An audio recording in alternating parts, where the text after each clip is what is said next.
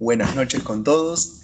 El tema que vamos a abordar el día de hoy corresponde a un filósofo que parte desde una ética naturalista, objetivista y realista.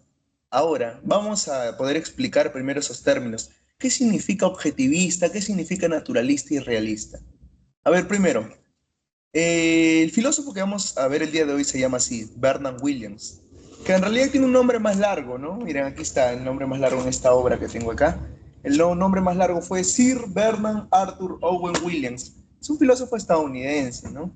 Inglés, pero en realidad este fue conocido como Bernard Williams simplemente. ¿Por qué es naturalista su ética? Porque su ética va a partir de planteamientos que no apelen a cuestiones trascendentales. En otras palabras, sus planteamientos no van a estar alejados de la vida humana, sino que parten de los planteamientos humanos concretos, fácticos, que se dan en nuestro devenir diario. En otras palabras, más sencillo, su ética es naturalista porque no apela a dioses para fundamentar algún estatuto moral, porque no apela a cuestiones divinas, porque no apela a cuestiones de espíritu, alma u otras cuestiones metafísicas trascendentales, sino que su ética es naturalista porque todo lo plantea desde el punto de vista de la vida humana, del plano de lo concreto. En otras palabras, es inmanente. Ahora, ¿por qué su ética es objetivista? A ver, en el caso de Bernard Williams, su ética se va a caracterizar por ser objetivista, porque está orientada a fundamentar de que los valores morales, las normas morales, los reglamentos morales se encuentran independientemente de nosotros. En otras palabras, existen fuera de nosotros.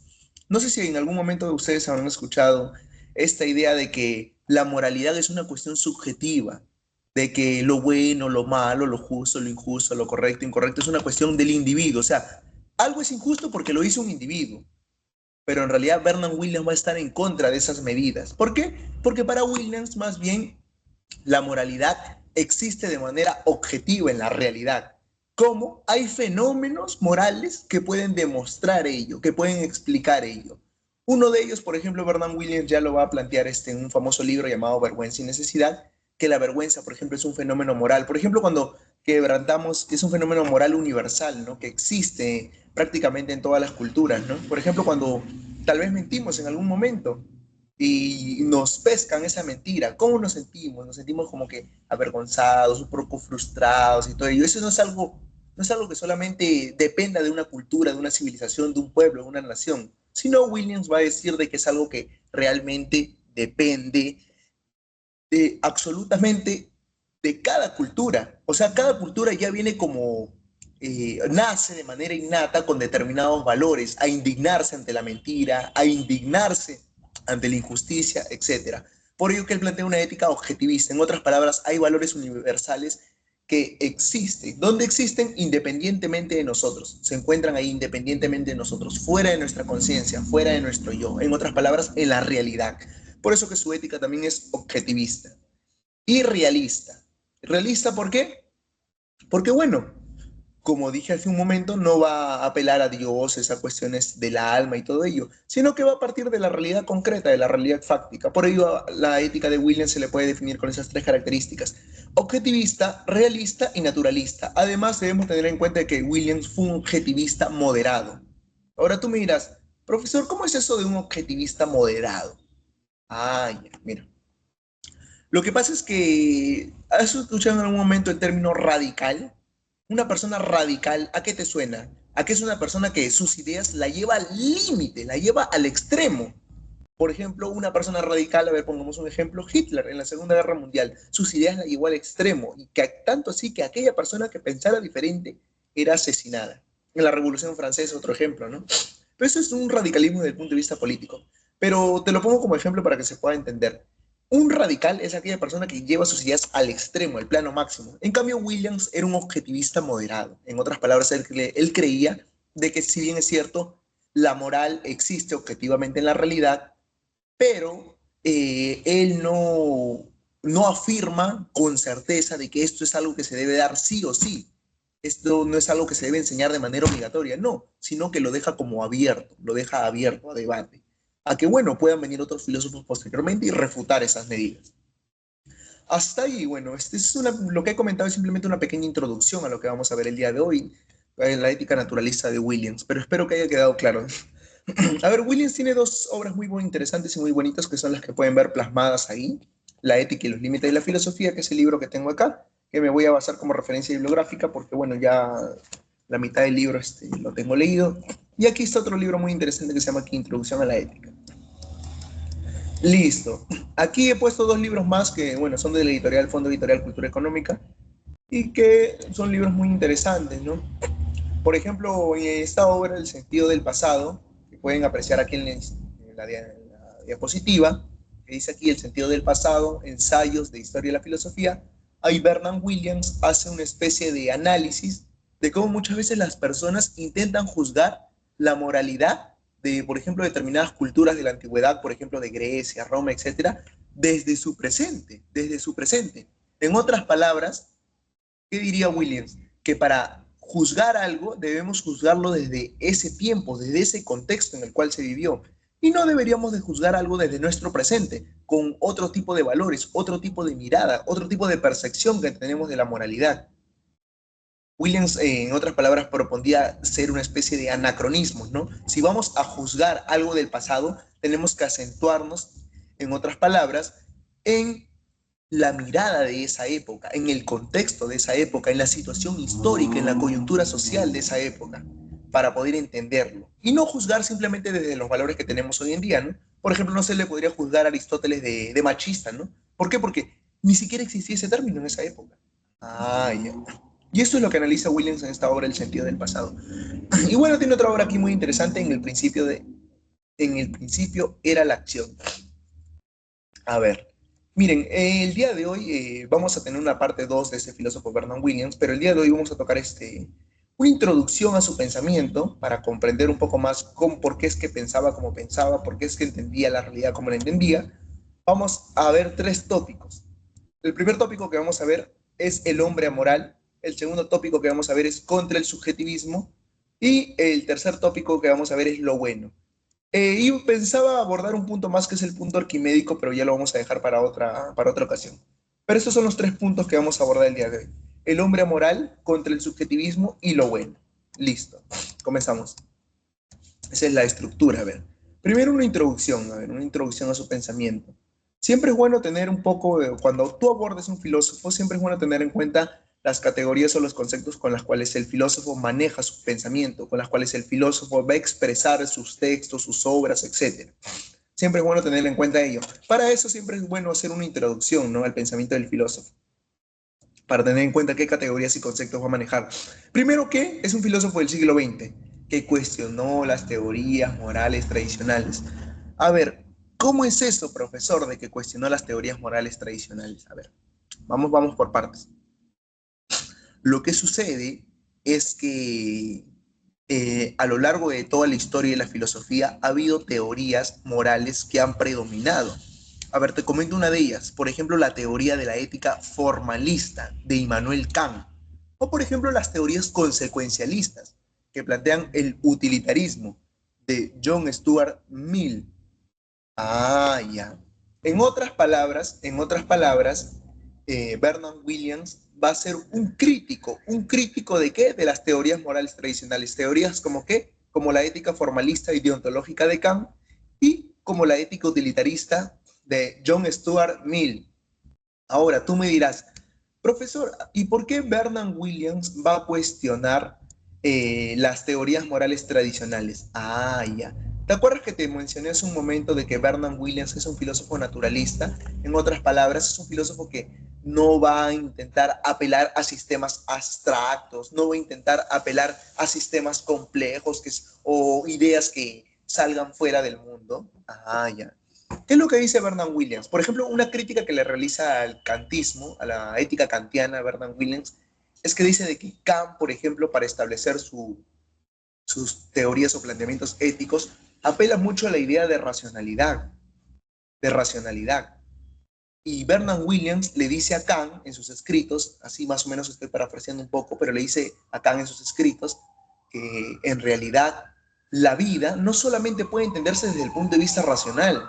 Cuando tú tomas una determinada acción ética, por ejemplo, no sé, ayudar a alguien a cruzar la calle, por ejemplo, cuando ayudas a tu mamá de repente a hacer los quehaceres del hogar, etcétera. Cuando tú tomas una decisión moral, no siempre lo haces razonando. Hay decisiones morales que se toman en la vida que no implican la razón, muchas veces implican deseos, sentimientos, motivaciones, etcétera. De ahí que por ello cuestionaba a Kant. Decía que las teorías de Kant, Bernard Williams le dice a Kant que sus teorías son muy abstractas, nos alejan del plano de la realidad y de la vida humana. La vida humana es más rica, la vida humana es más compleja, más polémica, para simplemente reducirlo a un plano racional. Ah, ya. Pero también Bernard Williams va a criticar a las teorías morales tradicionales como el utilitarismo. A ver, ¿qué plantea el utilitarismo para que lo puedan tener en cuenta? El utilitarismo plantea esto, miren, así de manera sencilla. El utilitarismo plantea de que nosotros cuando hagamos una acción siempre busquemos darle el mayor beneficio a la mayor cantidad de personas. En otras palabras, que las consecuencias de nuestra acción siempre beneficien a la mayoría, a la mayoría. Eso dice el utilitarismo. En otras palabras, que hagamos como una especie de cálculo. Un ejemplo, ¿no? Tal vez en algún momento te ha pasado esto. Tal vez, a ver, pongamos un ejemplo así hipotético. Se me ocurre justo ahorita este ejemplo. A ver, ¿qué pasa si de repente estás en un salón de clases? Tal vez ponle que eres auxiliar, no sé, estás en un salón de clases. ¿Y qué prefieres? ¿Beneficiar tal vez a un compañerito que no entiende la clase o a 10 compañeritos que dicen, no, profesor, siga la clase porque nosotros ya entendimos? Y ese compañerito que tal vez no entiende la clase, tal vez tiene una especie bueno, de que a veces se relaja un poquito, está en el celular, etcétera. Un utilitarista diría de que, bueno, hay que beneficiar a la mayoría. Si la mayoría entendió la clase, pues pasemos de tema, pues. Ah, ya. Eso es lo que plantea un utilitarista. Pero Bernard Williams está en contra de ello. ¿Por qué? Porque Bernard Williams dice que en realidad la, la vida humana, como le dije hace un momento, es mucho más compleja. Y los utilitaristas que hacen, hacen como una especie de cálculos al momento de tomar una decisión. Y la vida no se basa en cálculos, pues la vida no se puede basar en, la vida moral no se puede basar en problemas matemáticos, etcétera. A ver, por ejemplo, yo te digo, dame 3 kilos de honradez, dame 2 gramos de empatía. No, no se puede. Por ello que Bernard Williams critica a los utilitaristas, critica las teorías morales tradicionales. Y bueno, Bernard Williams dice esta frase muy bonita, ¿no? Dos compromisos primordiales. Uno, el evitar alienar a los individuos de sus valores, preocupaciones y proyectos de vida más profundas. Y dos, es antiplatónico y antirreduccionista. A ver, ¿cómo es eso de evitar alienar a los individuos de sus valores? A ver, mira. Lo que pasa es que Bernard Williams dice que hablar de moral es muy complejo. ¿Por qué? Porque muchas veces cuando un filósofo va a plantear una teoría moral, una teoría sistemática moral, esta teoría sistemática puede contener errores. Puede contener errores. Y si contiene errores, imagínate que esa teoría moral con errores se enseña en los colegios, se imparte en la educación de una cultura. Esos errores que ha tenido esa teoría moral van a aceptarla los chicos del colegio, los chicos de la cultura, o sea, las personas que viven en esa cultura lo van a aceptar. Y es más, lo van a defender y lo van a interiorizar como si fuera algo cierto, como si fuera algo verdadero. Y lo van a defender a muerte. Por ejemplo, un ejemplo para que me entiendas, ¿no? Por ejemplo, la moral nazi. La moral nazi, la moral que se dio en el régimen nacional socialista de Hitler.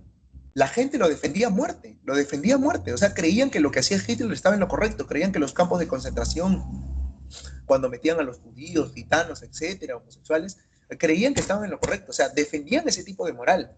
Por ello que hablar sobre filosofía moral es muy peligroso, en el sentido en que si tú planteas una teoría sistemática moral y esa teoría se difunde y se enseña, puede alienar a los individuos. En otras palabras, puede enajenarlos de su identidad. En otras palabras, que pierdan su identidad. Porque les cambian los valores, pues.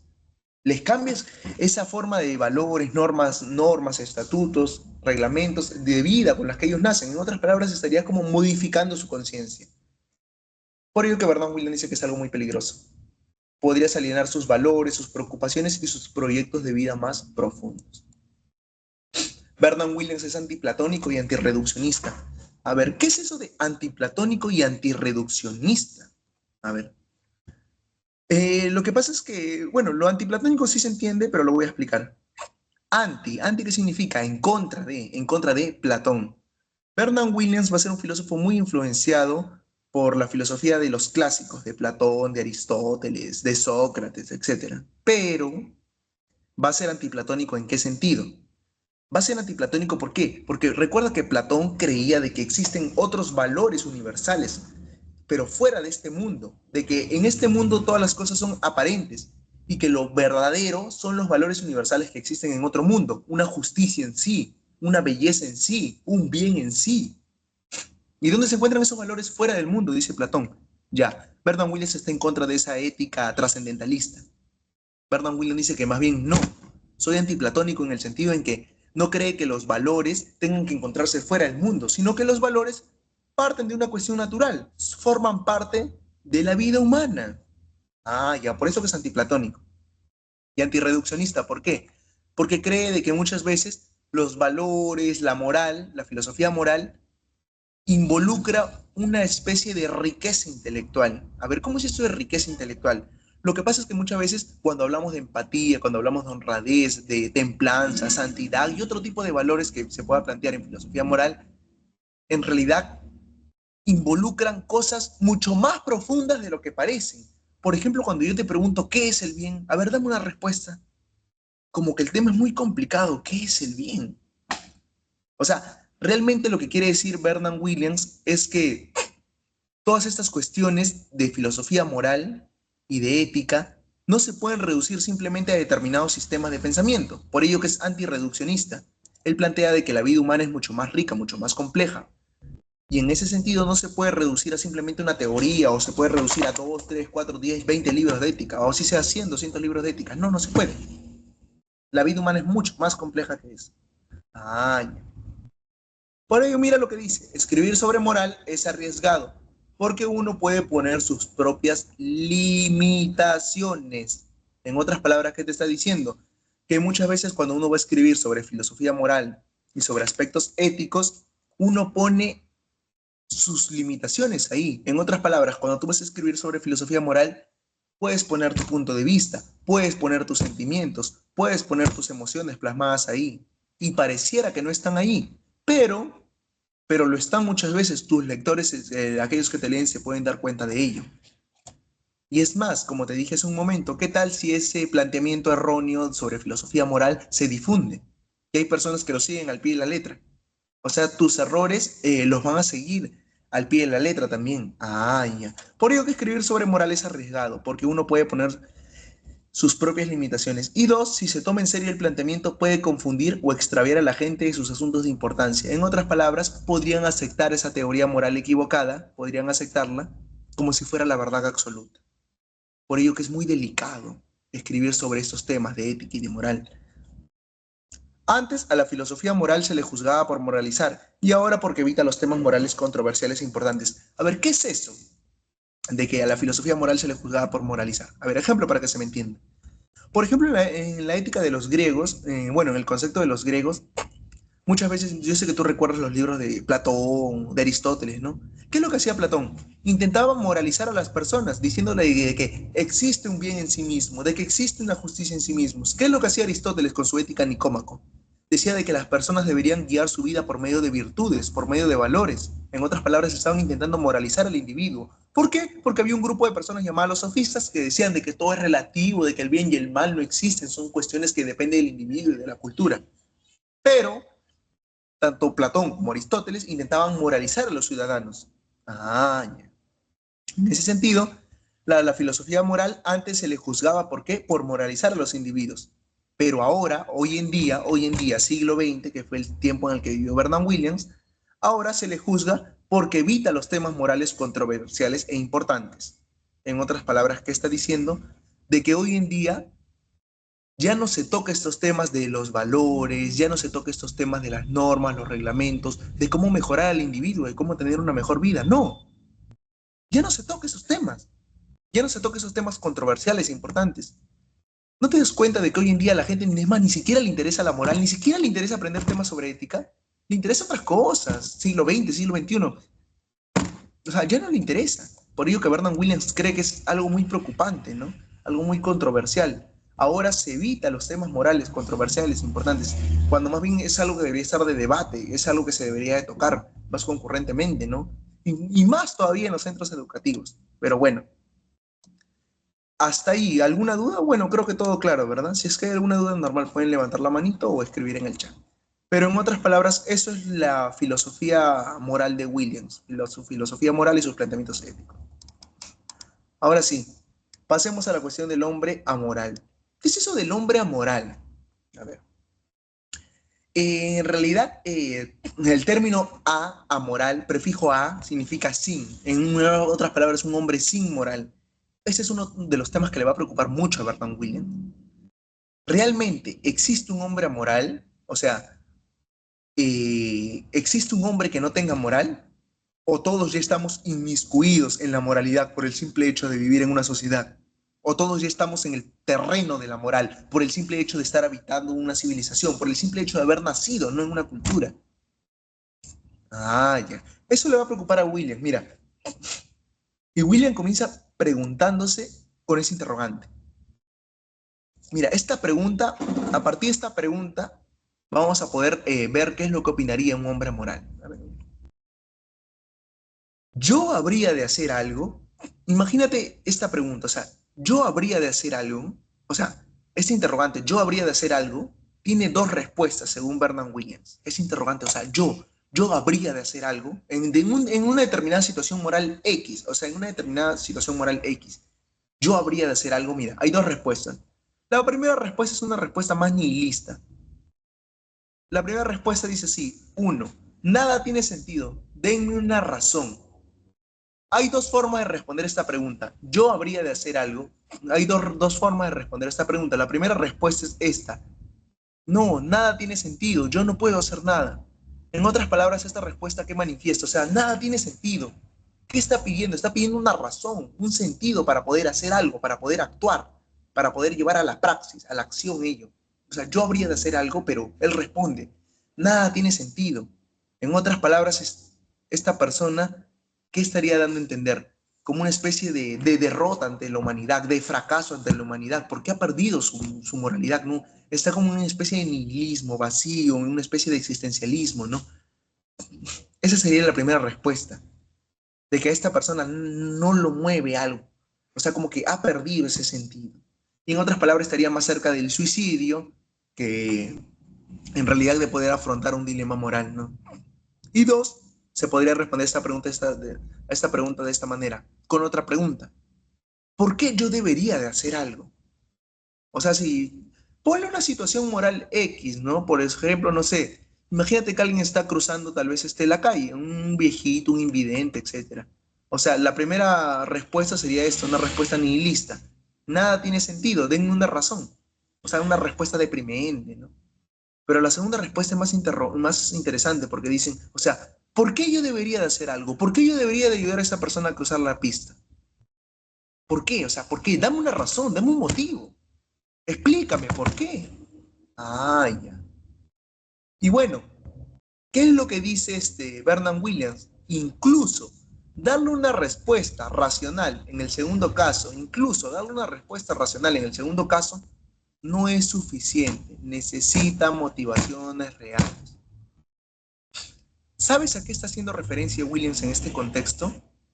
En que, mira, no sé si recuerdas, pero los diálogos platónicos, Sócrates siempre debate mucho con los sofistas. Sofistas como por ejemplo Gorgias, sofistas por ejemplo en su obra La República como Trasímaco, como Glaucón. Ellos podrían ser unos ejemplos de hombres morales, según Williams, claro está, según Williams. ¿Por qué? Porque según los sofistas, como Glaucón, Trasímaco, no aceptan la moralidad de la época, no aceptan la moralidad de la época, pero viene Sócrates a plantearle interrogantes y preguntas, ¿no? A querer intentar demostrarle con razones, con argumentos, de que sí existe una moral objetiva en la realidad. Y que es también por el camino un poquito por donde va Williams, ¿no?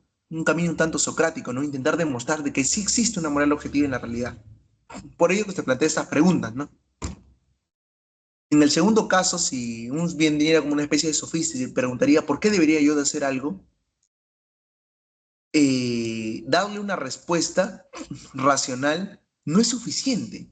Darle una respuesta, un sentido, no es suficiente.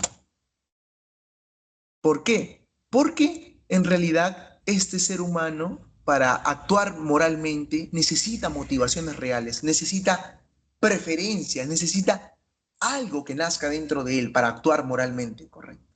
Para actuar de una manera moral necesita motivaciones propias, intrínsecas, que nazcan de él. O sea, en el caso del ejemplo de ayudar a la ancianita o al invidente a cruzar la calle, le tiene que nacer al propio individuo, necesita tener motivaciones dentro de sí. Ahora la pregunta, ¿el hombre amoral tiene motivaciones? O sea, aquella persona que dice, un sofista que dice, yo estoy desprendido de la moralidad de mi época, yo no creo en los valores morales de mi época. ¿Esa persona tiene motivaciones morales? O sea, ¿tiene motivaciones dentro de sí? Y la respuesta de William es sí, porque existen cosas de las cuales se preocupa. Entonces no podría calificársele como amoral. A ver, ejemplo para que se me entienda esto. Una persona moral, por ejemplo, no podría ser, no podría ser un ladrón. Ahora tú me dirás, ¿por qué, profesor? ¿Por qué? Porque, por ejemplo, un ladrón se preocupa incluso por su familia muchas veces, o se preocupa incluso porque por la banda en la cual se encuentra. Incluso un extorsionador no podría ser amoral. ¿Por qué? Porque él sabe que está haciendo un mal a la sociedad, sabe que está actuando en contra de determinados reglamentos y normas, y no solamente desde el punto de vista moral, sino también desde el punto de vista judicial, jurídico, desde el punto de vista ya legal. Ay, de modo que eso no, este tipo de personas no podría ser una persona moral. ¿Por qué? Porque existen cosas de las cuales se preocupa.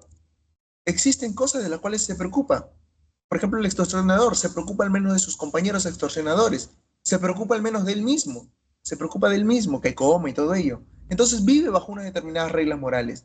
Por ello no podría calificársele como moral, incluyendo a los sofistas. ¿Por qué? Ahora pongamos este caso, mira, y si solo usa la moral para su beneficio, podría considerarse un parásito moral. Ay, aquí Williams atribuye un nuevo concepto para sus planteamientos morales. Para su planteamiento de filosofía moral, aquí Williams está atribuyendo un nuevo concepto, un nuevo término, una nueva nomenclatura, a ver, una nueva categoría. Williams dice de que aquellas personas que utilicen la moral para sus propios beneficios, que utilicen la moral para sus propios beneficios, sus propias preferencias, para satisfacer sus propios deseos, etcétera, se les llama parásitos morales. Yo sé que tal vez de repente en algún momento todos en nuestra vida hemos conocido un parásito moral, ¿no? Que es ese tipo de persona que se aprovecha de las reglas que existen para su beneficio personal. En otras palabras, un ejemplo que podría ser ahora contemporáneo, las elecciones. Muchas veces los presidentes, ¿para qué quieren entrar? ¿Quieren entrar para hacer bien al país o quieren entrar para aprovecharse de las reglas que hay en el Estado? Y, en otras palabras, a partir de estas reglas, estos estatutos que hay, sacar un beneficio propio para su bolsillo, para sus intereses. Serían parásitos morales. Ay. Por ello, el hombre amoral no puede mantenerse fiel a su postura, porque eso indicaría que todos sigan su máxima. ¿Cómo es eso? De que no puede mantenerse fiel a su postura porque eso indicaría que todos sigan su máxima. A ver, ¿cómo es eso? A ver, te comento, a ver, mira, ¿cómo es eso? A ver, mira. En realidad, en realidad es lo que está diciendo, intentando decir aquí Williams, es que un hombre amoral,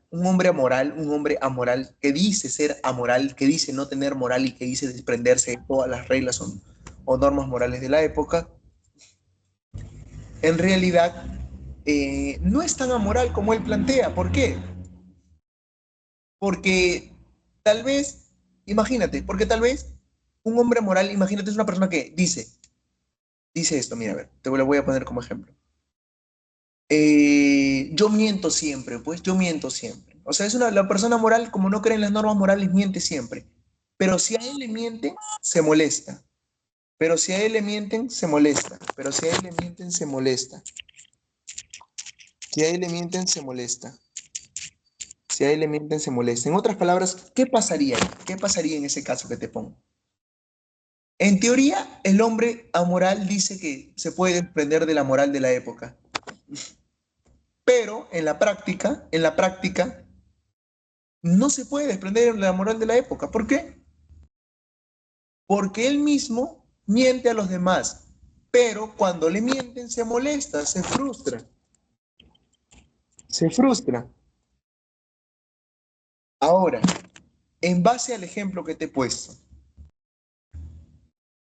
según el hombre amoral, mira, si él fuera fiel a su postura, eso indicaría que todos sigan su máxima. En otras palabras, si él fuera fiel a lo que él dice, de que se puede desprender de todas las normas morales de su época, no tendría por qué indignarse, pues, no tendría por qué indignarse si le mienten. Si él roba, no tendría por qué indignarse también que le roben, pues. Ah, ya. Pero, en otras palabras, si él miente, él no quiere que los demás también mientan. En otras palabras, no quiere que todos los demás sigan su máxima. En otras palabras, que no quiere que los demás sigan su acción. Ah, ya. Y que sea como una especie de regla universal, ¿no? Como diría Kant.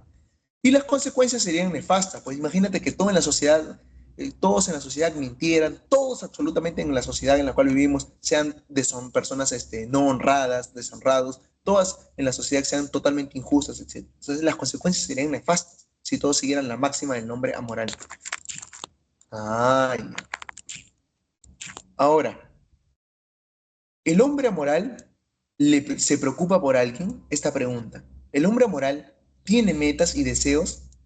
Si la respuesta sería no, es un psicópata, pues. Pero si la respuesta es sí, entonces significa que el hombre amoral sí tiene una moral y que no es tan amoral como él dice o como él plantea desde el punto de vista teórico, sino que el hombre amoral en realidad tiene una moral, solo que la moral en él es débil, es baja, está disminuida, está mermada. Ah, ya. Por ello que Bernard Williams dice que el hombre amoral sirve como una especie de modelo, ¿no?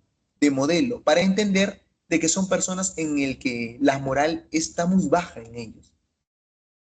A ver, voy a plantear esto. Mira. Bernard Williams dice de que no basta con argumentos para convencer a este tipo de personas, porque ese tipo de personas amorales actúan por capricho, son caprichosas. Lo que debemos concebir Lo que debemos conseguir es extender sus simpatías a personas inmediatas que necesiten su ayuda, logrando así una comprensión, aunque mínima, de las nociones justicias. Mira, logrando así una comprensión, aunque mínima, de las nociones de justicia.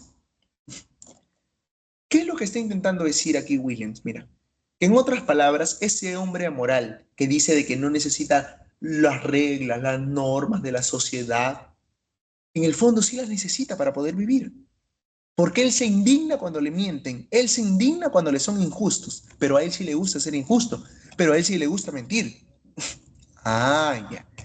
En otras palabras, ¿qué es lo que está diciendo William? De que tú a este hombre amoral, tú no lo podrías convencer con argumentos. Lo que necesitas hacer es que, como la moral es débil en él, hacer que crezca esa moral. ¿Cómo? Por medio de una situación. ¿Cuál sería esa situación? Lograr ampliar sus preocupaciones por personas cercanas. Podría desarrollar una noción de justicia. En otras palabras, el hombre moral le podrías plantear esto, ¿no? O sea, podrías plantear no solamente un argumento, sino de que, hacer de que esta persona amoral, supuestamente en teoría, se preocupe, incentivar esa preocupación que tiene por sus seres queridos, ¿no? Incentivar esa preocupación que tiene por personas cercanas a él, incentivarlo, para que esa preocupación crezca por esas personas cercanas a él, de esta supuesta determinada persona amoral que se ha desprendido de la moral de la época, incentivarlo, ponerlo en situaciones en la cual esta persona se preocupe más por sus seres queridos. Porque si bien es cierto, se preocupa por sus seres queridos, tiene preferencias, motivaciones morales por ellos, pero si se preocupa en una mayor cantidad, ya que la moral en él es débil, pues bueno, ¿qué vamos a hacer? Que su cuestión moral aumente, aumente y en ese sentido podría ser como una especie de solución para que esta persona pueda desarrollar una moral mucho mayor, mucho mayor. En otras palabras, ya no solamente tenga preocupación por sus seres queridos, sino también por los ciudadanos y por las personas que tiene a su alrededor. Ay, por eso que dice, ¿no? Si es que logramos ello, vamos a poder ampliar, si logramos ampliar sus preocupaciones por personas cercanas a él, podría desarrollar una noción de justicia. Basta con una mínima preocupación por los otros. Ay, entonces ese hombre amoral supuestamente no es tan amoral como se plantea. Existe solo en el plano teórico, porque en la práctica, pues bueno, no se da. Hasta ahí. ¿Alguna duda o ha quedado claro con respecto a este tema del hombre amoral? Si hay alguna duda, normal, pueden comentarlo con toda confianza en el chat, no tengo problema. Pero bueno, creo que ha quedado claro, ¿verdad? Es así, pasemos a la siguiente parte. El siguiente tópico que vamos a abordar es contra el subjetivismo. Contra el subjetivismo. Eh, la, la idea comienza así, a ver. Primero les voy a plantear esto. ¿Qué es el subjetivismo? Hay que explicar esto, ¿qué es el subjetivismo? Primero, Bernard Williams, recordemos de que en un principio les dije que es un objetivista moral. En otras palabras, que los valores morales existen independientemente de nosotros, existen de manera objetiva en la realidad. Unas cuestiones como por ejemplo la vergüenza, como por ejemplo el hecho de indignarse cuando nos mienten, etc. Pero los subjetivistas morales dicen todo lo contrario, que es a lo que Bernard Williams va en contra. Los subjetivistas éticos, ¿qué dicen? Dicen que la moral no existe, la moral es simplemente una cuestión subjetiva. Ah, ya. Ahora, ¿bajo qué premisas o presupuestos argumentan que la moral es subjetiva? Te voy a comentar te voy a comentar tres argumentos esenciales por los cuales ellos argumentan de que la moral es subjetiva. A ver, te comento el primero. Los juicios morales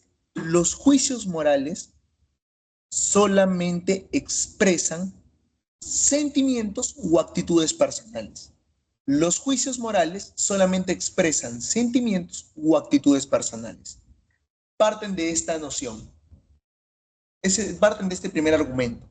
Que este primer argumento, si tú te habrás percatado, es un argumento gramatical, lingüístico, ¿no? Porque solamente está describiendo algo. Está describiendo que, de que los juicios morales simplemente son expresiones de nuestros sentimientos humanos o de actitudes personales. A partir de ello nacen los juicios morales. Segundo argumento. Los juicios morales no pueden ser ni verdaderos ni falsos. ¿Por qué? Porque no son cuestiones científicas, son simplemente opiniones. Son simplemente opiniones. Una vez más, los juicios morales no pueden ser ni verdaderos ni falsos. ¿Por qué? Porque no son temas científicos, son cuestiones de opinión. Ah, ya. Eso es otro argumento, pero un argumento ya no tanto del plano lingüístico, sino es un argumento desde el punto de vista nociológico, dentro del ámbito del conocimiento, o también epistemológico, si quieres llamarlo. Ahora, tercer argumento. No hay hechos morales, solamente hay hechos, más la valoración moral que tú le quieras dar, más la preferencia moral que tú le quieras dar. O sea, en la realidad lo único que hay hechos, nada más. En otras palabras, en la realidad, ontológicamente hablando, solo hay hechos. Más ya la cuestión subjetiva que el ser humano le quiera atribuir, no sé si este hecho es correcto, incorrecto, bueno, malo, justo, injusto, etc. Ah, ya. A partir de estos tres argumentos parte el subjetivismo moral. ¿Y qué es lo que va a hacer Williams? Williams va a intentar destruir esos argumentos. Mira. Pero Williams en especial se va a ir en contra del tercer argumento, de que no hay hechos, solamente, no, de que no hay hechos morales, solamente hay hechos. Y más las agregaciones, más las preferencias, las valoraciones morales que tú le quieras. Williams se va a ir en contra de este argumento ontológico, en especial del tercero, de este argumento ontológico del subjetivismo ético. Mira, la idea de que no existe un orden moral afuera en el mundo de las cosas y de los hechos parece, parece cuestionar la pretensión de objetividad moral. Parece. O sea, la cuestión de que en el mundo exterior, en el mundo externo, en el mundo de afuera, afuera de nuestra conciencia, afuera de nuestro yo, afuera de nuestra subjetividad, en el mundo de afuera, al no haber un orden moral, ¿qué dice? Mira, la idea de que no existe un orden moral afuera en el mundo de las cosas, de los hechos, parece cuestionar la pretensión de objetividad moral, pero solo parece. Para ello debemos distinguir entre la cuestión de hecho y valor. ¿Qué es eso de hecho y valor? La cuestión de hecho es lo fáctico, lo que es. Por ejemplo, mira, yo agarro y dejo caer mi llave. Eso es un hecho. Y la cuestión de valor ya es la valoración moral que yo le quiera dar. Por ejemplo, puedo decir, pucha, dejé caer mi llave por tonto. por tonto. Ya esa es una valoración que yo le estoy dando al hecho. Por ello hay que distinguir entre hecho y moral. Eso es algo que lo dice Hume. El hecho es lo que es y el valor es lo que debería ser. Ahí entran las cuestiones morales. Si A resulta verdadero, ¿cómo explicar los desacuerdos si no hay moral? ¿Qué es eso de A? A ver, mira, A es la primera premisa que te dije. ¿Te acuerdas el primer planteamiento que te dije, el primer argumento que te dije? Los juicios morales son simplemente expresiones de nuestros sentimientos o actitudes personales. Eso es A. A es ese juicio, es esa noción de que los juicios morales son simplemente sentimientos o expresiones de nuestras actitudes personales. Si A resulta verdadero, ¿cómo explicar los desacuerdos? William se plantea esta pregunta, ¿no? ¿Cómo explicar los desacuerdos si no hay moral objetiva? O sea, en otras palabras, ejemplo, mira, si alguien, por ejemplo, imaginemos un caso hipotético, si en el salón a alguien se le pierde algo y encontramos a esa persona que realmente es aquella persona que tomó ese algo, o sea, si realmente los juicios morales son simplemente cuestiones de sentimientos, cuestiones de actitudes personales, ¿por qué hay desacuerdos? ¿Cómo explicar los desacuerdos? ¿Cómo explicas esos desacuerdos si es que no hay una moral objetiva? ¿Cómo explicamos de que lo que hizo esa persona en el ejemplo que les puse es algo injusto? ¿Por qué la gran mayoría del salón consideraría de que eso es algo injusto? O sea, ¿por qué? Porque tal vez hay alguna moral objetiva en la realidad. Ah, ya. Por ello, o sea, Williams está yendo en contra de ese argumento, del argumento de los subjetivistas éticos, de que las cuestiones morales no son simplemente actitudes personales o son cuestiones de sentimientos. Mira, dice eso. Si las personas pueden discutir sobre temas morales particulares o principios morales, es porque existen actitudes morales de fondo que no se ponen en cuestión y a la luz de las cuales es posible la argumentación. Ah, y en otras palabras, ¿qué te está diciendo? Que existen cuestiones morales de fondo. Un ejemplo ya te puse ya hace un momento. El indignarse cuando alguien miente. La vergüenza, por ejemplo, son cuestiones morales de fondo. Ahora Williams va a arremeter contra la premisa B. Bueno, el planteamiento B. ¿Qué decía el planteamiento B? Los juicios morales no son ni verdaderos ni falsos. ¿Por qué? Porque no son hechos científicos, son simplemente cuestiones de opiniones. Williams va a contrarrestar ese argumento diciendo esto, mira. O sea, para debatir sobre moral, debe haber una mínima base en común. Sin cierto grado de homogeneidad moral, no sería viable la vida en sociedad. A ver, eso sí te lo explico con un ejemplo. El segundo argumento que te expliqué del subjetivismo ético, eso de que los juicios morales no son ni verdaderos ni falsos. ¿Por qué? Porque no son hechos científicos y no son cuestiones de opinión. Eso es una cuestión nociológica, en otras palabras, que está relacionada con el ámbito del conocimiento. Para Williams está en contra de eso. ¿Por qué? Porque mira, para debatir sobre moral, para hablar sobre cuestiones morales, para indagar sobre cuestiones morales, debe haber una mínima base en común. En otras palabras, ¿qué te está diciendo? Que todos los seres humanos tenemos una mínima base en común, una mínima noción de qué es injusto y de qué es justo, de qué es correcto y de qué es incorrecto, de qué es bueno y de qué es malo. Todos los seres humanos tenemos una noción, al menos ya sea mínima, pero tenemos una noción. Ya esa noción o ese cierto grado, Williams lo llama homogeneidad moral. ¿Qué es la homogeneidad moral u homogenización moral? Es la cuestión de que todos los seres humanos tenemos un cierto grado, ya sea mínimo, de noción con respecto a temas morales. O sea a la noción de justicia, de injusticia, de bueno, malo, correcto, incorrecto, etc. Ay. Y bueno, sin esa noción no sería viable la vida en sociedad. Como tenemos esa noción moral, como ya innata con la que ya nacemos, gracias a esa noción de justicia e injusticia es posible una vida en sociedad. Contraargumento subjetivista. Va a haber un contraargumento, un contraargumento. Mira, ¿qué dice el contraargumento? El subjetivismo no afirma que nada está justificado, sino que cuando un hombre piensa que algo está justificado, en última instancia no se puede mostrar que esté equivocado. O sea, no dice que nada se justifique, sino que no puede demostrarse que esté equivocado, ya que no hay ninguna regla matemática u objetiva para demostrar científicamente ello. En otras palabras, ¿qué está diciendo el subjetivista ético?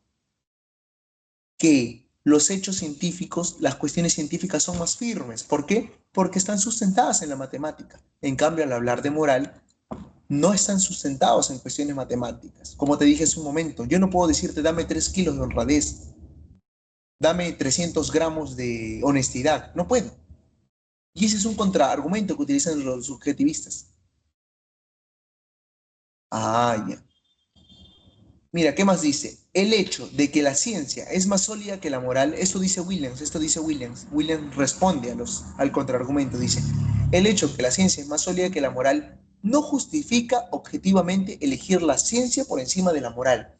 En otras palabras, si la ciencia, si la ciencia es más objetiva o se muestra más clara que las cuestiones morales, eso no significa de que la ciencia sea superior a la moral o que la ciencia sea mejor a la moral. Por ello, que no podemos concluir a partir de eso que la ciencia, pues que puesto que la ciencia es objetiva y la moralidad no lo es, estamos objetivamente justificados a dedicarnos a la ciencia. O sea, un ejemplo para que me entiendas. El hecho de que, imagínate, ponle que Pepito está en un dilema. Pepito está entre estudiar física pura o está entre servir a una ONG, ayudar a una ONG, estar en una ONG y ayudar a las personas más pobres, vulnerables, etc. El hecho de que Pepito elija estudiar física no significa de que es una mejor decisión. ¿Por qué? No sé, porque la física es una ciencia totalmente exacta que explica las cuestiones de la realidad. No, no, no. Y no significa que el hecho de que no acepte la ONG, no acepte ir a la ONG, es una cuestión correcta, ¿no? Eso no, no. Por ello, eso está criticando William, ¿no? Dice, no podemos concluir que puesto que la ciencia es objetiva y la moralidad no lo es, estamos objetivamente justificados a dedicarnos simplemente a la ciencia. Mientras que solo estamos subjetivamente para protestar contra las injusticias. En otras palabras, no significa que el dedicarnos a la ciencia nos haga superiores y dedicarnos a cuestiones morales nos haga inferiores. No, no significa eso.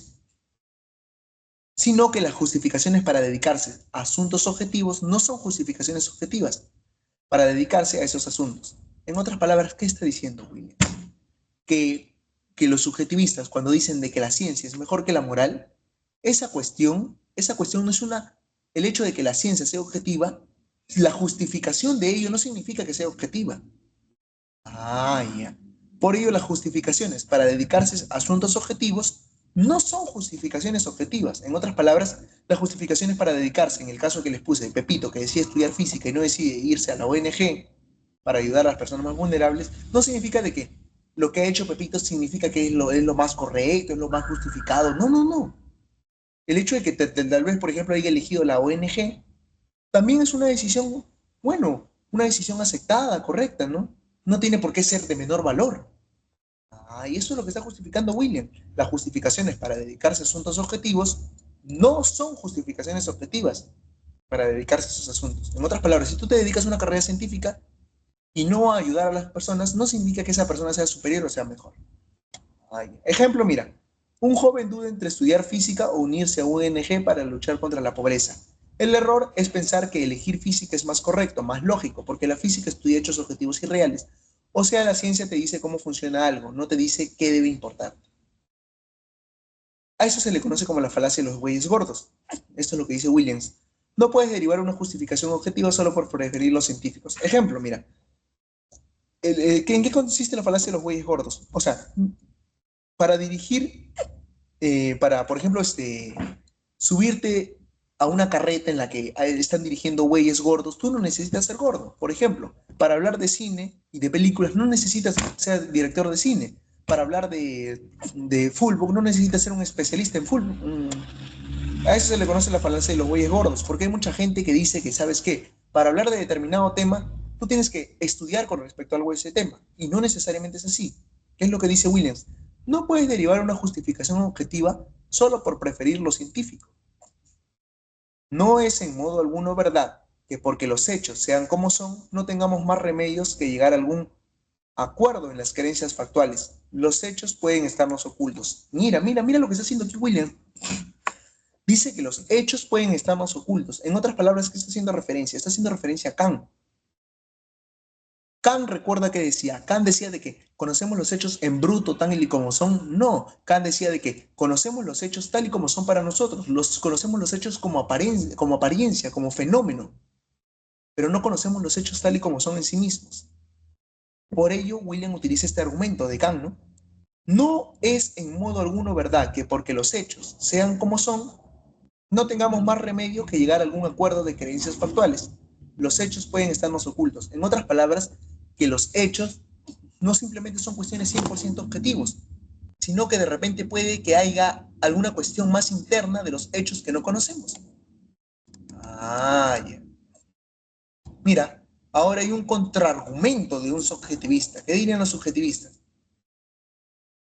Si la ciencia, si ciencia o en temas factuales se puede suspender el juicio, ¿por qué en el terreno de la moral no? ¿Qué es esto de suspender el juicio? Mira, te lo explico. Mira. ¿Qué es esto de suspender el juicio? En otras palabras, mira, suspender el juicio significa no opinar, entiéndelo así, no opinar.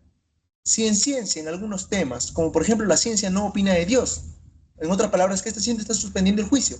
Si en ciencia se puede suspender el juicio, ¿por qué en el terreno de la moral no podemos suspender el juicio? Eso dicen los subjetivistas morales. Si en ciencia, bueno, se suspende el juicio, ¿por qué en temas de moral no podemos suspender el juicio? Y los objetivistas responden. Los objetivistas, ¿como quién? Como Bernard Williams responden. No podemos ser indiferentes, porque eso es algo irracional. Eso no es algo humano, en otras palabras. No podemos ser indiferentes en temas morales, ya que el desacuerdo moral no elimina la necesidad de tomar posición. En otras palabras, el hecho de que haya un desacuerdo en temas morales, eso no elimina la necesidad de tomar una posición moral. El desacuerdo moral trata sobre qué debe hacerse y eso implica que ambas partes se preocupen por lo que ocurre. En otras palabras, ¿qué te está diciendo William? Que cuando hay un desacuerdo moral, una determinada polémica en algún tema moral, uno debe de tomar una decisión. Eso no elimina la necesidad de tomar una posición por estar de acuerdo o no estar de acuerdo. No existe, en otras palabras, la neutralidad, te está diciendo Williams. Mira, no puedes convertir en exigencia racional el dejar de preocuparse solo porque hay desacuerdo. O sea, el desacuerdo no justifica la indiferencia y obliga a tomar una decisión. En otras palabras, Bernard Williams se destruyó a los subjetivistas morales. ¿Por qué? Porque está diciendo de debatir sobre moral, sobre cuestiones morales, uno debe tomar una decisión. No existe la posición neutral, suspender el juicio, el no opinar, etc. Ah, ya. ¿Por qué? Porque el dejar de preocuparte, porque mira, no puedes convertir en exigencia racional el dejar de preocuparte solo porque hay desacuerdo. El desacuerdo no justifica la indiferencia. El hecho de que haya desacuerdo en algún tema moral, eso no justifica, no es una razón para poder ser indiferente con respecto a ese tema moral. Porque los temas morales tienen consecuencias en la humanidad. Ah, ya. Bueno, ese es el debate del subjetivismo. Hasta ahí. ¿Alguna duda? Sino para pasar al último tópico, que es la cuestión del bueno. Todo claro, ¿verdad? Todo claro. Perfecto. Listo. ¿Quién en algún momento no utilizaba esta categoría? ¿Quién en algún momento no utilizaba esta palabra, el término bueno? Mira, ¿quién? ¿A qué hacemos referencia cuando nos referimos esto es bueno? ¿A qué hacemos referencia cuando nos referimos esta persona es buena? ¿Qué queremos decir con ello? ¿Se puede hablar de moralidad o de algún tema moral sin obviar, bueno, obviando esta categoría de bueno? Eso es lo que vamos a analizar el día de hoy. O sea, ¿qué significa ser bueno? Esta palabra bueno solamente tiene que estar relacionado con moral o está relacionado también con el punto de vista lingüístico, gramatical. Está relacionado con la lógica. Eso es lo que vamos a abordar el día de hoy. Mira, Bernard Williams, en este tema del tema de bueno que vamos a tocar el día de hoy, va a criticar a un filósofo que se llamó George Edward Moore. Y aquí abajito te he puesto los textos de Moore. Principia ética y defensa del sentido común y otros ensayos. Esos dos libritos que puedes ver aquí, el azulito y el medio marroncito, son las dos obras más importantes de Moore. Tiene otras, sí, como filósofo analítico que es, pero esas son las dos obras más importantes. Te comento como dato, para Moore, las cuestiones éticas, las cuestiones morales están fundamentadas en la intuición, es algo que se intuye. Lo bueno, lo malo, es algo que se intuye. Te lo voy comentando como dato. Por eso en su ética de Moore se le conoce como una ética intuicionista.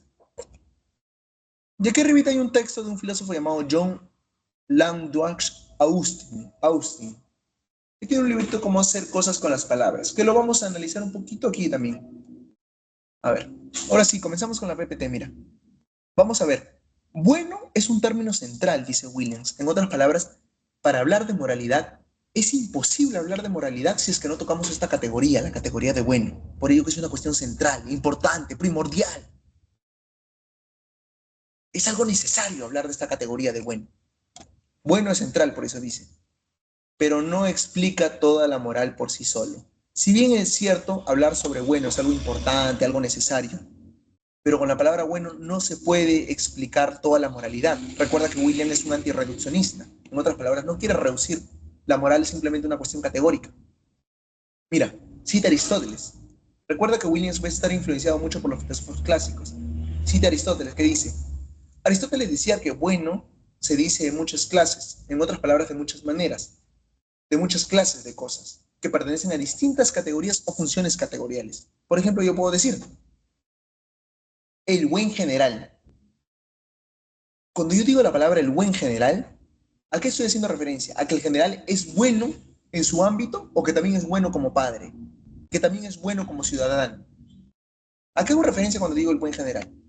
Por ello que Aristóteles dice de que la palabra bueno se dice en muchas clases de cosas, que pertenecen a distintas categorías o funciones categoriales. Muchas veces, cuando nos referimos a la palabra bueno, hacemos referencia a la función a la que realiza el individuo. Por ejemplo, si yo te digo, él es buen profesor, ¿qué estoy haciendo con referencia a la palabra bueno? Que es bueno en su campo, es bueno en su ámbito. Ah, ya. De ahí que hay que partir de este concepto que decía Aristóteles. O bueno, tenerlo como referencia, ¿no? Porque lo que vamos a hacer ahora es analizar argumentos del término bueno. Eso es lo que vamos a hacer ahora, analizar argumentos. Ese tema también Bernard Williams le comete, es un filósofo analítico, y en el sentido que es un filósofo influenciado bastante por la filosofía analítica, eh, va, va a analizar bastante. Ustedes saben que los filósofos analíticos analizan mucho las cuestiones de argumentos, ¿no? Y no se centran tanto en las cuestiones históricas, en exégesis, de la exégesis, la hermenéutica, la interpretación, etcétera. No, no, no, esas cuestiones como que la dejan un poquito de lado. Se centran mucho en los argumentos. Mira, vamos a citar a Moore, al filósofo George Edward Moore. George Edward Moore sostiene que lo bueno es una propiedad como la amarillez, pero era no natural, es decir, cuya clase de presencia o ausencia pudiera establecerse por investigación empírica. Ah, aquí te voy a explicar esto. Moore dice esto. Moore dice esto en su libro Principia Ética. Principia Ética. Moore dice de que lo bueno se puede entender como la propiedad de amarillo. Por ejemplo, si yo le atribuyo una propiedad a algo, esto, por ejemplo, te digo, esto es color crema, esto es color blanco. Las hojas son de un color tipo amarillesco. ¿Lo amarillo se encuentra en la naturaleza? Sí. ¿Se encuentra en las cosas? Sí. ¿Es una propiedad de las cosas? Sí. ¿Lo bueno también es una propiedad de las cosas? Sí, porque yo digo, por ejemplo, las lentejitas son buenas porque aportan hierro al individuo. Bueno, ¿por qué? Porque según su función cumple. Porque cumple una función categorial, ¿no? Bueno, pero ¿qué dice William?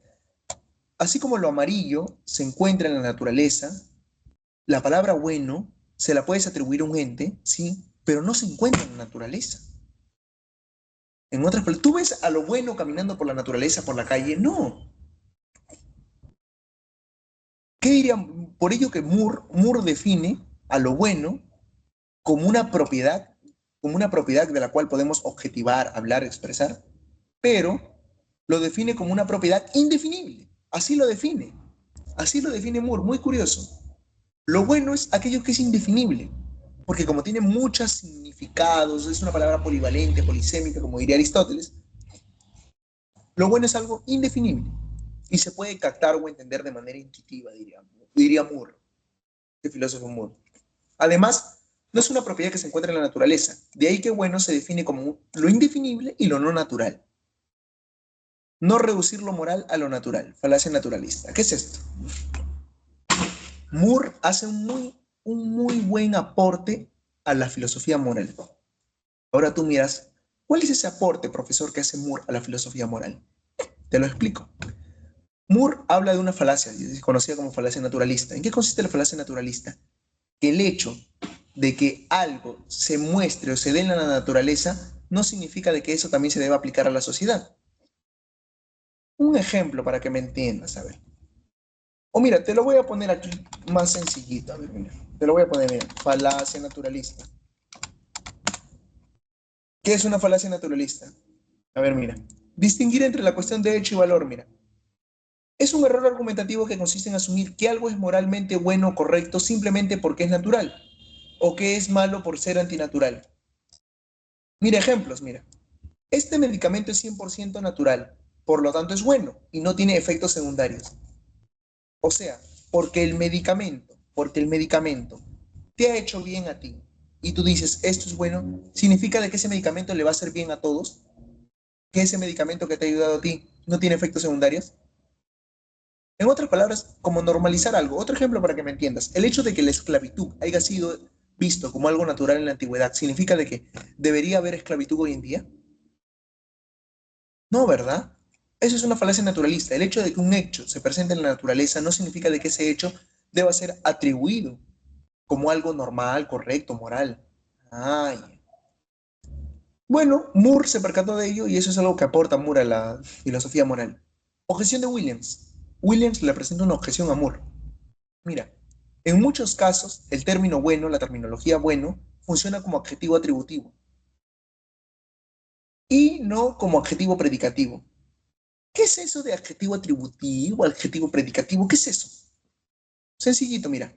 Yo te lo he puesto aquí. Un adjetivo atributivo es aquello que depende de la cosa, que depende del sujeto, que depende del sustantivo, lingüísticamente hablando.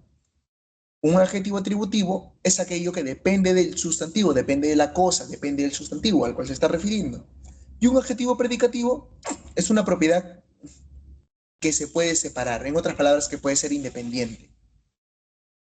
En moral, bueno está ligado al sustantivo, de ahí que exige una conexión más íntima. Por ejemplo, si yo te digo el buen médico, el buen pintor, el buen profesor.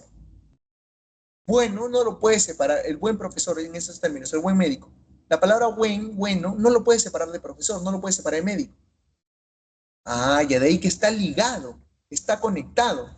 De ahí que bueno, según Moore, es un adjetivo atributivo, porque depende de la cosa, depende del sustantivo, depende de aquello que se está hablando. Mira, aquí te he puesto un ejemplo. Un ejemplo en predicativo, podríamos decir la pared es amarilla. Amarilla funciona igual, sin importar que el objeto sea pared, carro, papel, etc. En cambio, en atributivo, el significado depende de la cosa de la que hablamos. Buen cuchillo, buen médico, buen cantante. Bueno, en otras palabras, bueno cambia según el sustantivo. Un buen cuchillo corta bien, un buen médico cura bien. No existe el significado único universal de bueno, sino que bueno depende de la función o clase de cosa. ¿Qué te está diciendo primero? Que la palabra bueno depende de la cosa, depende de la cosa. En otras palabras, es una propiedad inseparable. A eso Bernard Williams lo llama adjetivo atributivo. ¿Atributivo por qué? Porque atribuye algo a la cosa, atribuye algo al ente. Ah, ya. Y bueno, esa es la objeción que le presenta Bernard Williams a George Edward Moore. Ahora vamos, para ir finalizando, vamos a hablar sobre los actos del habla. Los actos del habla. Hay que diferenciar bien lo que les mencioné antes, el adjetivo atributivo de predicativo. El atributivo es aquello que depende de la cosa, depende del sustantivo, depende de aquello que se está hablando. Los ejemplos ya te lo he puesto aquí. Buen médico, buen pintor, buen profesor, etc. Lo bueno depende. En cambio, la propiedad amarillo, en el caso del adjetivo atributivo, bueno, no va a depender, se puede separar, ¿no? Amarillo puede referirse al papel, se puede referir a un carro, se puede referir a de repente una persona, ¿no? Que presente ictericia. La ictericia les comento, bueno, disculpen si les comento un término así de salud, Pero la ictericia es, por ejemplo, cuando la persona presenta tipo una tonalidad o color amarillento por algunos determinados problemas hepáticos. O sea, la amarillez es una propiedad que sí se puede separar, sí se puede separar. En otras palabras, es predicativo y no atributivo. A ver, actos del habla. ¿Qué es eso de actos del habla? Miren, los actos del habla se hace referencia a que el lenguaje moral funciona como actos de habla. ¿Qué es actos de habla? Que el lenguaje moral no solo describe, también hace algo con las palabras, recomienda, evalúa, prescribe, o sea, tiene una función performativa del lenguaje. Ejemplo para que me entiendas. Las palabras no solamente describen la realidad, no solo describen el mundo. Las palabras hacen cosas con los individuos. De ahí que aquí este libro, mira, de John L. Alustin, cómo hacer cosas con las palabras. Por ejemplo, cuando yo te digo, los declaro marido y mujer, ¿qué estoy diciendo con ese término? Que de ahora en adelante ambos van a estar unidos por una relación conyugal matrimonial. Por ejemplo, si yo te digo, te bautizo, eres libre de todo pecado. ¿Qué estoy diciendo? Estoy haciéndole creer a la persona de que la persona está nueva, está libre de todo pecado, como que está volviendo a iniciar una vida. En otras palabras, las palabras, en otro término, las palabras influyen en la vida de los individuos, influyen en el actuar de los individuos. Las palabras pueden recomendar, evaluar, prescribir, etc. A eso se le conoce como función performativa del lenguaje. Vamos a analizar esto último ya para acabar. Esto último ya para acabar. Sé que el tema del día de hoy es un poco largo, pero es necesario. Lenguaje performativo. El lenguaje performativo, bueno, lo podemos dividir en tres aspectos o tres conclusiones. Mira, la conexión entre actos de habla y el significado funciona como contexto. O sea, decir esto es bueno o es una buena persona implica una evaluación práctica ligada a orientar conducta, no es neutral. Cuando yo digo el término esto es bueno, ese término esto es bueno, por ejemplo, si yo te digo, mira, por ejemplo, imagínate que tú me preguntas, Gerson, ¿qué tal es ese chico o esa chica de ahí? Yo te digo, es una buena chica, es un buen chico. Tú vas a tener una visión en base a mi referencia que yo te he dado. En otras palabras, tu conducta se va a orientar o se va a predisponer a que cuando hables con esa persona que yo te he dicho que es buena, se va a orientar, tu conducta se va a orientar o se va a predisponer a que, bueno, ¿no? En ese sentido, puedo confiar en esa persona se nota que es agradable, se nota que es, bueno, una persona en la cual se pueda dialogar y todo ello, se pueda tener una comunicación asertiva, etcétera. ¿Por qué? Porque el lenguaje no es neutral, es performativo, tiene consecuencias en la realidad. Eso es lo que dice el primer aspecto. El segundo aspecto, la teoría parece suponer demasiado deprisa que las funciones de recomendar, de escribir, se excluyen entre sí. Ah, ya mira. Muchas veces el lenguaje puede cumplir doble, triple, cuádruple función. Aquí te he puesto un ejemplo, mira. Si yo te digo, por ejemplo, la frase, el presidente es intolerante, esa frase es una advertencia o una descripción, o ambas. La palabra intolerante describe un riesgo y al mismo tiempo lo desaprueba. En otras palabras, o otra vez, el lenguaje cumple función performativa. ¿Por qué? Porque cuando yo digo la palabra intolerante, ¿a qué hago referencia? ¿Estoy describiendo una característica que veo? ¿O estoy dando una advertencia? Como, no vayas, esa persona es intolerante. O en otras palabras, estoy cumpliendo la función como de advertir, de ordenar, ¿no? Una función apelativa del lenguaje. Ah, ya. Y tercer aspecto, porque el lenguaje es performativo. Mira, ninguna explicación de los enunciados que contiene bueno es adecuada si se mantiene solo a este nivel, porque uno puede limitarse a pensar o creer o llegar a la conclusión de que algo es bueno en sus clases, como diría Aristóteles. Por ello, debemos distinguir entre hecho y valor, la distinción entre hecho y valor que les expliqué hace un momento. Esta combinación de conocimiento conceptual y factual, la palabra es factual, le bastan a uno para determinar por lo menos a grandes rasgos la verdad o falsedad de un juicio. En otras palabras, objetividad. Mira, ¿qué es lo que te está intentando decir aquí Williams? Antes de explicarte con el ejemplo. Te está intentando decir aquí Williams de que en realidad cuando decimos esto es bueno, No es que solamente lo decimos por decir, sino que tenemos una base o un sustento en la realidad. Cuando yo te digo, por ejemplo, esta persona es un buen pintor, es porque ese pintor ha dejado bien pintado mi casa, porque ese pintor además es honrado, ese pintor no se ha robado ninguna de las pertenencias que estuvo en mi casa cuando lo dejé solo pintando, porque ese pintor además ha hecho bien su trabajo con una pintura de calidad. En otras palabras, me baso en hechos para decir, esta persona es un buen pintor. Mira, ejemplo, ese médico es bueno, se basa en hechos. ¿Por qué? Porque sabe medicina, porque diagnostica bien, porque tiene experiencia, porque trata correctamente a pacientes. Y el valor lo que es, no lo que debería ser, ¿no? Una cuestión ligada más a la cuestión ética, moral, ¿no? El valor. Por eso decimos que es bueno, o sea, el juicio moral no sale de la nada, no es que sea algo espontáneo, algo esporádico, sino, no es que sea pura emoción, sino que está apoyado en características reales, en características fácticas. En otras palabras, el juicio moral no es simplemente subjetivo, sino que es una cuestión objetiva. Está yendo en contra de la premisa que había planteado los subjetivistas morales. Mira, nota, en los juicios morales hay un grado de objetividad. Por ello, la moral no es simplemente puro hecho ni tampoco pura subjetividad, sino que es una cuestión mixta, dice Williams. Por ello te digo que Williams es una especie de objetivista moral. ¿Por qué? Porque dice que la moral no solamente parte de cuestiones, no es que parta de cuestiones subjetivas, sino que más bien que la moral parte de hechos, parte de la realidad. En otras palabras, es una cuestión mixta. No es totalmente objetiva, pero tampoco es totalmente subjetiva. Eso es todo. Muchas gracias. Hasta ahí. ¿Alguna duda, algún interrogante, algo que no haya quedado en claro? ¿O todos entendido?